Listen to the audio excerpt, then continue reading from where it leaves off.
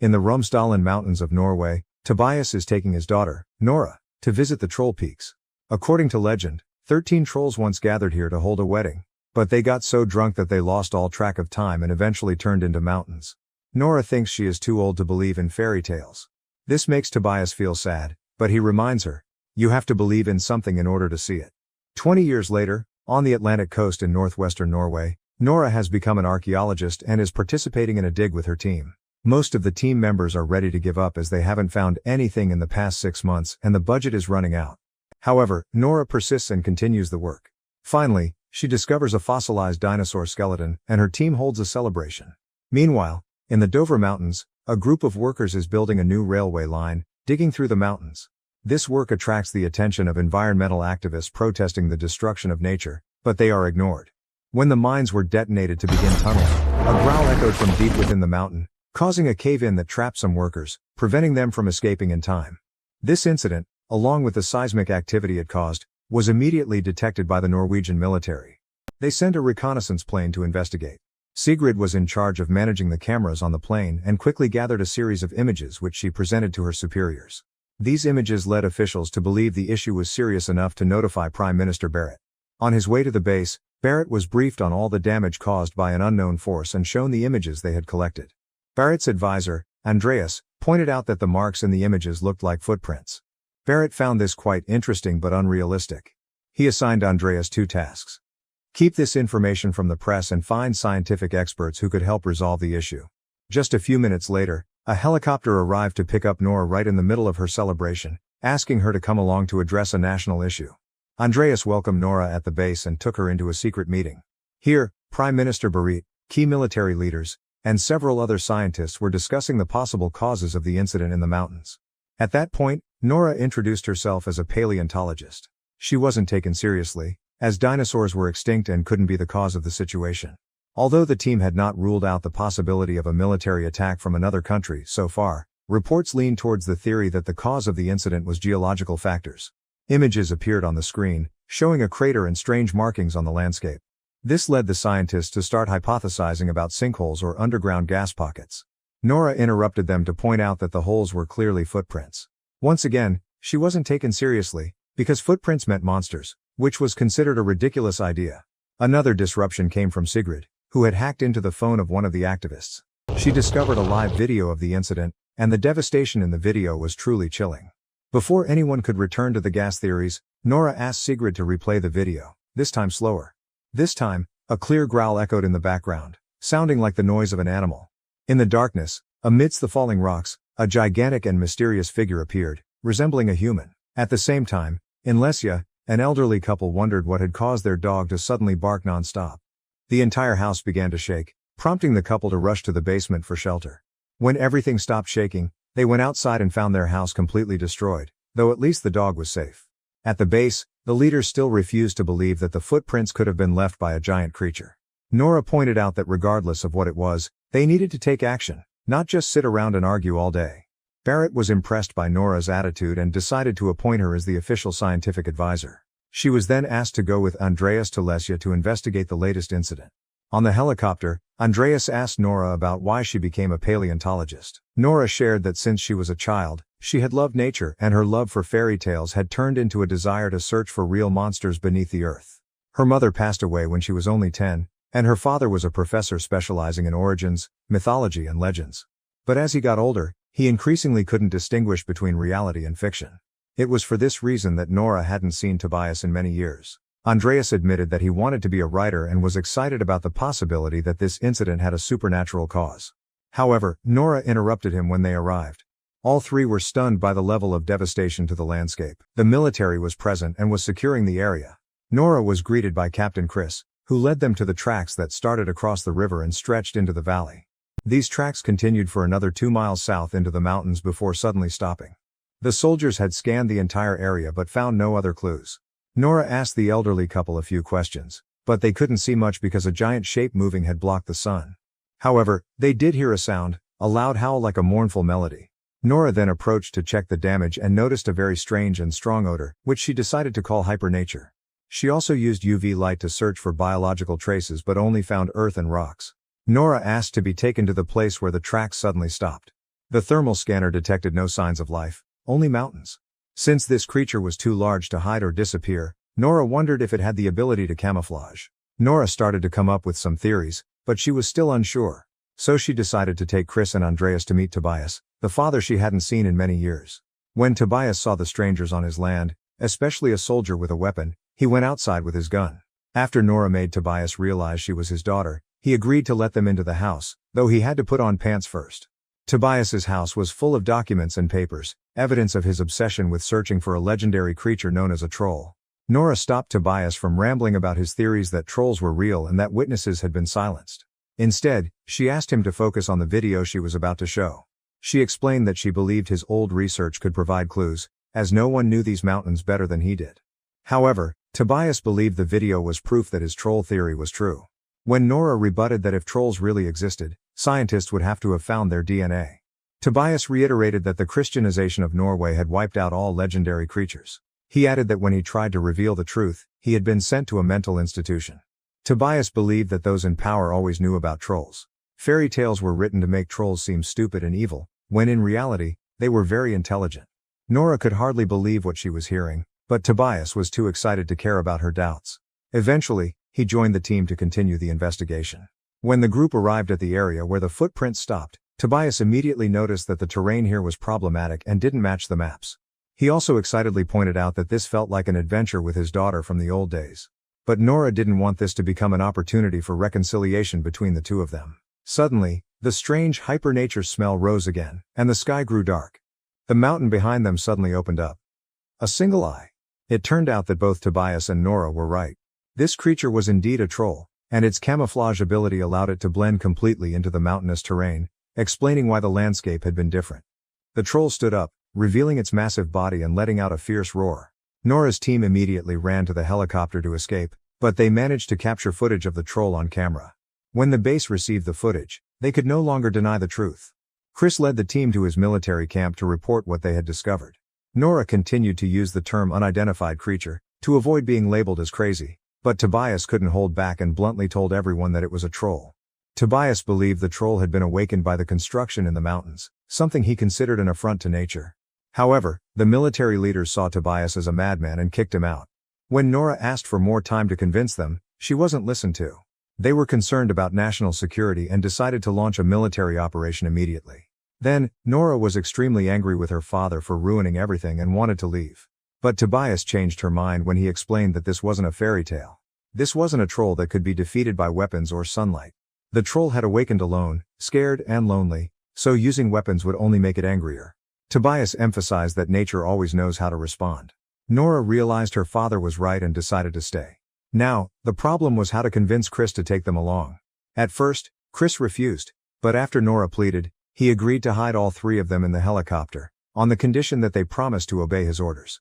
As night fell in Heidel, the entire military operation was ready at the site, waiting for the troll to appear. While they waited, Tobias and Nora reminisced about the fairy tales they used to tell each other during their old adventures. This was also the moment when father and daughter finally reconciled. Soon after, the troll appeared. As it approached, it suddenly stopped, and Tobias confirmed that the creature knew they were there. However, the soldiers still ignored Tobias's warning and opened fire on the troll. As Tobias had predicted, the bullets and explosions did not harm it, but only made it angrier and caused it to retaliate. The troll began destroying everything in its path, forcing everyone to flee, while the campaign's television cameras broadcasting to the main base were destroyed. Nora, Andreas, and Chris hid behind a tree with an injured soldier. As they prepared to leave their hiding spot, the troll bent down, smelled the blood from the soldier's wound and grabbed him to eat. Tobias explained that the troll was attracted by the smell of blood. As the situation worsened, Nora, Andreas, and Chris wanted to run, but Tobias decided to risk approaching the troll to try to communicate in a friendly manner. Surprisingly, the troll actually stopped and responded to Tobias's general words with a series of calm roars. However, not all the soldiers received the ceasefire order. A truck unexpectedly opened fire on the troll. When it turned to retaliate, a blow accidentally struck Tobias. After the troll left, Nora rushed to her father. Tobias mentioned palace, king, and home, urging Nora to always keep faith before he took his last breath. Back at the base, Nora threw herself into work, trying to forget the pain by studying Tobias's documents in search of a solution. When Andreas and Chris came to check on Nora, they informed her that they had lost track of the troll, but the military was preparing for an airstrike. Nora believed the attack would fail again, just like the last time. And they needed a new approach. She recalled the fairy tales about trolls not liking sunlight, but this didn't apply since the troll had appeared in the daytime. Another clue came from Tobias's words about trolls being wiped out during the Christianization of Norway. This led Nora to come up with an idea. She contacted Prime Minister Barrett and other leaders, explaining that the legend said trolls would throw stones at churches when they heard the bells, meaning the sound of the bells could be the key. The leaders initially thought this idea was ridiculous, but Chris had to speak up, reminding them that all other methods had failed, and they needed to try alternative approaches. Finally, Barrett reluctantly agreed to let them carry out the plan. Soon after, the troll appeared again, moving closer to Hunter Fossen Family Park, causing panic among the crowd. Everyone fled in fear, except for a little girl who stayed behind, observing the giant creature. Chris and Nora arrived in a helicopter, accompanied by another helicopter carrying giant bells. They surrounded the troll and rang the bells. Just as Nora had predicted, the sound caused the troll great pain. However, it didn't hesitate to defend itself, attacking the helicopters and causing them to crash. When one of the helicopters was about to fall on the little girl standing below, the troll suddenly reached out to catch the helicopter, saving the girl before walking away. Because the incident occurred in a public location, the whole world now knew about the existence of the troll, and that it was heading toward the capital. News reports from everywhere covered the event, and phone clips quickly went viral on social media. When Nora's team returned to base, Prime Minister Barrett angrily refused to listen to any suggestions from Nora, even when she explained that the bells had been effective and they should try again from a different angle. Instead, Barrett firmly kicked Nora out of the base. On her way out, Nora happened to run into Chris. He admitted that he also thought Barrett was making a mistake and promised to always be there to help Nora if she needed it. In the meeting room, military leaders reported to Barrett about a dangerous missile that had not been approved for use. Barrett couldn't believe she had no knowledge of this, and Andreas voiced his opposition, stating that such weapons should not even be considered. However, his opinion only got him kicked out of the meeting. Feeling disrespected, Andreas decided to resign and leave to join Nora. On his way out, he told her to prepare because they were evacuating the city. Shortly after, Barrett appeared on TV, officially announcing a state of emergency and calling for the cooperation of all citizens. The military would take over the areas, prepare for the next operation, and assist with evacuation to ensure everyone's safety. Nora and Andreas were in the same vehicle, but they got stuck in traffic. During this time, Nora continued researching Tobias's documents. His notes repeatedly mentioned the word sending, and something related to the gatekeeper. Andreas speculated that this could be Rickard Sending, the royal chancellor at the palace. Suddenly, Nora remembered Tobias's last words before he passed: the palace, the king, the homeland. She realized that they needed to go to the royal palace immediately. Andreas drove Nora there, and they were stopped by guards at the gate, but Rickard Sending, the royal chancellor, quickly came to greet them. He explained that he had been expecting Tobias, or someone related to him, to show up sooner or later. Sending shared that he had a great respect for Tobias, even though Tobias had always despised him. However, it was Tobias's stubbornness that had made him one of the few who knew the secret hidden beneath the palace. Sending revealed that in the past, building a palace on the land where another king had lived was considered good luck. And it turned out that the current royal palace was built right on the spot where King Troll had once lived. Sending then led Nora and Andreas down a tunnel filled with the bones of trolls. He explained that when Christianity was introduced to Norway, everything that opposed their faith was destroyed. They ambushed the royal troll family and spared only one child to lure the king to the mountains. There, they trapped him in a cave and left him to die slowly. 12 years ago, Tobias discovered this truth, but Sending had him sent to a mental institution to protect the secret.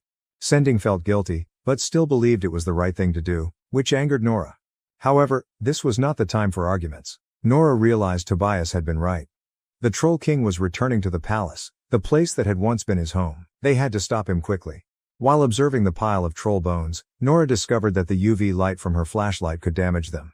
This proved that the stories about sunlight were true. Although they had seen the troll appear during the day, it had never been directly under sunlight because of the thick clouds in the mountains. Andreas wondered how they could control the sunlight, but Nora came up with a plan. She immediately called Chris for help. Chris agreed to set up a special trap, while Nora and Andreas would lead the Troll King there. Meanwhile, the troll had reached the city and once again, military attacks did no harm to it. As a result, Barrett approved the use of destructive missiles. However, Sigrid discovered that the leaders were preparing to launch the missile and immediately called Andreas to warn him, forcing the team to stall for time. Andreas asked Sigrid to try hacking into the military system to stop the missile launch.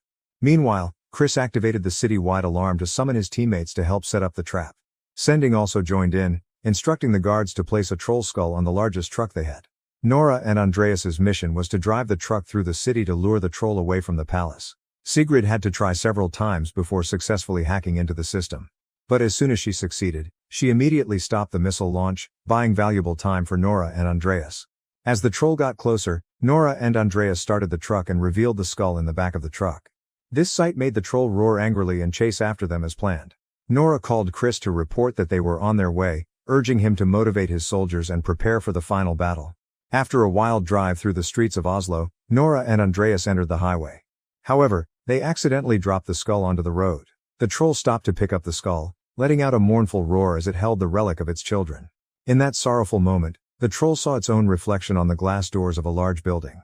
As it reached out to touch the glass, the window shattered, and the sudden sound startled the troll. It accidentally dropped the skull, which shattered into millions of tiny pieces. In its pain and fury, the troll let out a heartbreaking roar, and Nora deeply felt its sorrow. A creature, the last of its kind. The giant creature chased after them in a frenzy, seeking revenge. Nora was forced to revert to the original plan. Driving away, trying to avoid the destruction the troll caused along the way. At the base, Sigrid's hacking into the system was discovered. Her computer was seized, and they began rebooting the system in preparation for the attack. Just seconds later, Nora and Andreas reached the trap site. They quickly jumped out of the truck, luring the troll into the center of the trap. As it stepped onto the truck, its gaze turned to Nora, and it seemed ready to crush her. But just then, the soldiers activated a series of UV lights, surrounding the giant creature, causing its body to begin burning. The missile-carrying aircraft was also closing in on the target, but the pilot hesitated upon seeing civilians in the area. At the base, a heated argument broke out about whether or not to cancel the mission. Unable to bear the commander's indifference, Sigrid punched the idiot in the face. Ultimately, the missile launch was called off. Barrett and the others at the base watched on the screen as the troll slowly perished under the UV light. Meanwhile, Chris and the soldiers began celebrating their victory. But Nora couldn't stand seeing a living creature in such pain and despair. She suddenly cut the power, turning off the UV lights and freeing the troll.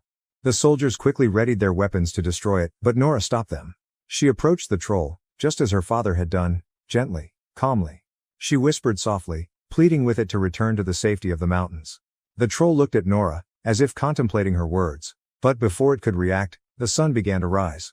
The blinding light burned the troll, until nothing remained but a pile of rubble. Everyone was lost in the joy of victory. Andreas joked about what to name the new hill, and Nora decided it would be called Tobias Rock, in honor of her father. Barrett arrived soon after, thanking Nora for her contributions. Andreas took the opportunity to remind the Prime Minister that he had resigned and announced that he would become a writer. As he left with Nora, he wondered if there might be other creatures hiding somewhere, like in Dover. Meanwhile, deep within the mountain, something began to stir beneath the layers of rock. Be sure to subscribe to the channel and turn on notifications so you don't miss exciting videos like this. Thank you for watching.